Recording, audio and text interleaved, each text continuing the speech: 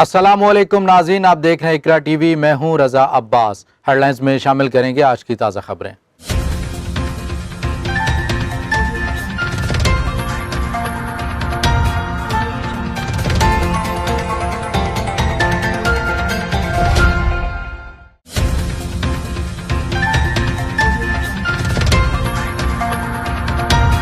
अफगानिस्तान में अमन बहाल होने की उम्मीद। अफगान तालिबान ने अमेरिका के साथ मुज़ाकरात की पुरआमादगी जाहिर कर दी।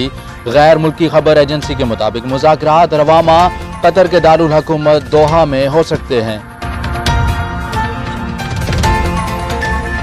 ईरानी वजीर खारजा जवाद ज़रीफ की अमेरिका पर शदीद तनकीद। कहते हैं कि अमेरिका का पागलपन मुसलसल बढ़ता जा रहा है। दुनिया को अमेरिका को कंट्रोल में रखने के लिए मिलकर इक़दामात करने होंगे।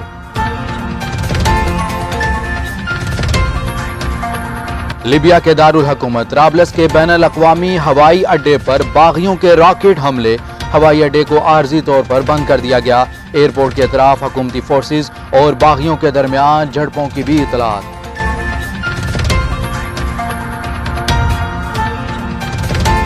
पाकिस्तान ने ईरान पाकिस्तान गैस पाइपलाइन मंसूबे को पाया तकमील तक पहुंचाने के लिए अज़्म का इजहार किया है। वफाकी वजीर इत्तलात गुलाम सरवर खान का कहना है कि मंसूबे खित्ते के लिए गेम चेंजर हैं और पाकिस्तान मंसूबे को मुल्की मफाद में जल्द अज जल्द पाया तकमील तक पहुंचाना चाहता है।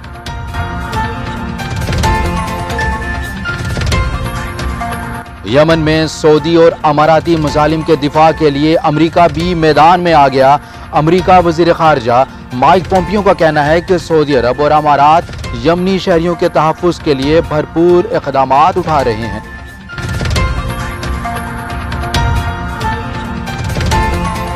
सुपर पावर को सुपर तूफान का सामना। समुद्री तूफान फ्लोरेंस अमरीकी मशरिकी रियासतों से टकराने के लिए तैयार। मुमकिन तौर पर मुतासिर होने वाले इलाकों से लाखों अफराद का इनखला जारी।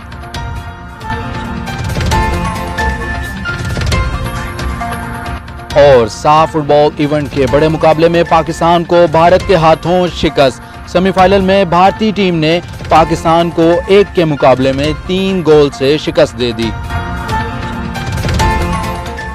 फिलवक्त न्यूज बुलेटिन से इतना ही। मजीद ताज़ा खबरों और अपडेट्स के लिए विजिट कीजिए हमारी वेबसाइट ikratv.pk।